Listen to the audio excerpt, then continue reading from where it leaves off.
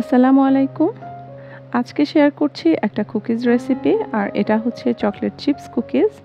Normally chocolate কুকিজগুলো বাচ্চারা খুবই পছন্দ করে থাকে, তবে এই কুকিজটা এতটাই মজার যে এটা শুধু বাচ্চারা না, বড়রাও এটা অনেক পছন্দ করবে। আশা করি বাসায় ট্রাই করে দেখবেন। ট্রাই করলেই বুঝতে পারবেন যে এই কুকিজটা কতটা মজার।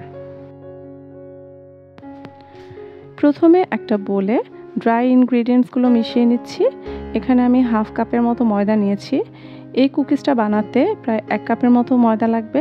আমি প্রথমে হাফ কাপ দিয়ে শুরু করছি। স্বাদ মতো লবণ দিয়ে দিচ্ছি, আর দিয়ে দিচ্ছি 1/4 টিস্পুনের মতো বেকিং সোডা, 1 টেবিল চামচ কর্নফ্লাওয়ার দিয়ে দিচ্ছি। সব কিছু একসাথে চেলে নিয়ে এর মধ্যে দিয়ে দিচ্ছি হাফ টেবিল চামচের মতো ভ্যানিলা পাউডার। সব শুকনো উপকরণগুলো হালকাভাবে মিশিয়ে নিয়ে আমি বোলটা একপাশে সরিয়ে রাখছি। এবার আরেকটা বোলে আমি হাফ কাপ বাটার নিয়েছি, আর বাটারটা আমি গলিয়ে নিয়েছি। এর মধ্যে দিয়ে দিচ্ছি হাফ কাপের মতো ব্রাউন সুগার।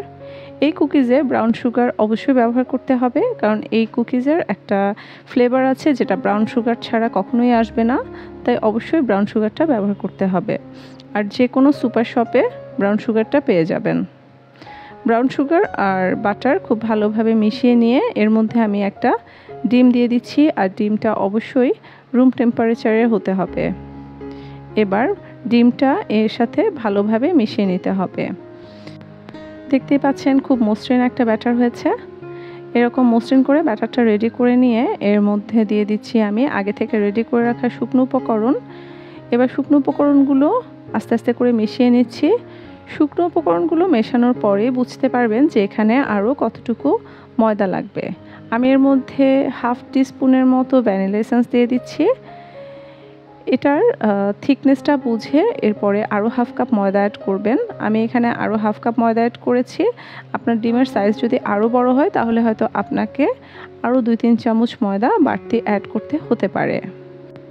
এখানে আমি 1 কাপের চেয়ে একটু কম ডার্ক চকলেট গুঁড়ো করে নিয়েছি, সেটা দিয়ে দিচ্ছি। চাইলে চকলেট চিপসও ব্যবহার করতে পারেন, তবে সেটাও পরিমাণে 1 কাপের মতোই ব্যবহার করবেন।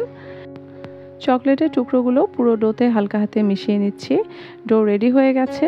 এবার একটা বেকিং ট্রে নিয়ে নিয়েছি, আর এর মধ্যে একটা বেকিং পেপার বিছিয়ে দিয়েছি। এর মধ্যে কোনো ধরনের তেল ব্রাশ করার কোনো প্রয়োজন নেই। এবার ডো থেকে ছোট ছোট বলের মতো করে তুলে নিয়ে 2 হাতে আঙ্গুলের সাহায্যে এটাকে একটু গোল শেপ দিয়ে বেকিং ট্রেতে বসিয়ে দিচ্ছি। একটু দূরত্ব রেখে বসাতে হবে, একটার সাথে যেন একটা লেগে না থাকে। কিছুটা ফাঁকা রেখে রেখে এগুলোকে বসাতে হবে, কারণ এগুলো কিছুক্ষণের মধ্যেই দ্বিগুণ হয়ে যাবে। আমি একটা ইলেকট্রিক ওভেনে 170 ডিগ্রিতে 25 মিনিটের জন্য কুকিজগুলোকে বেক করে নিয়েছি। দেখতেই পাচ্ছেন এগুলো খুব সুন্দরভাবে বেক হয়ে গেছে, আর কালারটাও কিন্তু চেঞ্জ হয়ে গেছে এবং খুব সুন্দর একটা কালার এসেছে।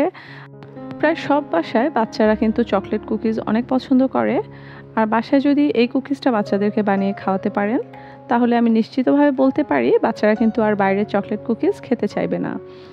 শুধু বাচ্চারাই না, বড়রাও কিন্তু চায়ের সাথে এই কুকিজটা দারুণ এনজয় করবে। রেসিপিটা অবশ্যই ট্রাই করবেন। সবাই ভালো থাকবেন, সুস্থ থাকবেন। আল্লাহ হাফেজ।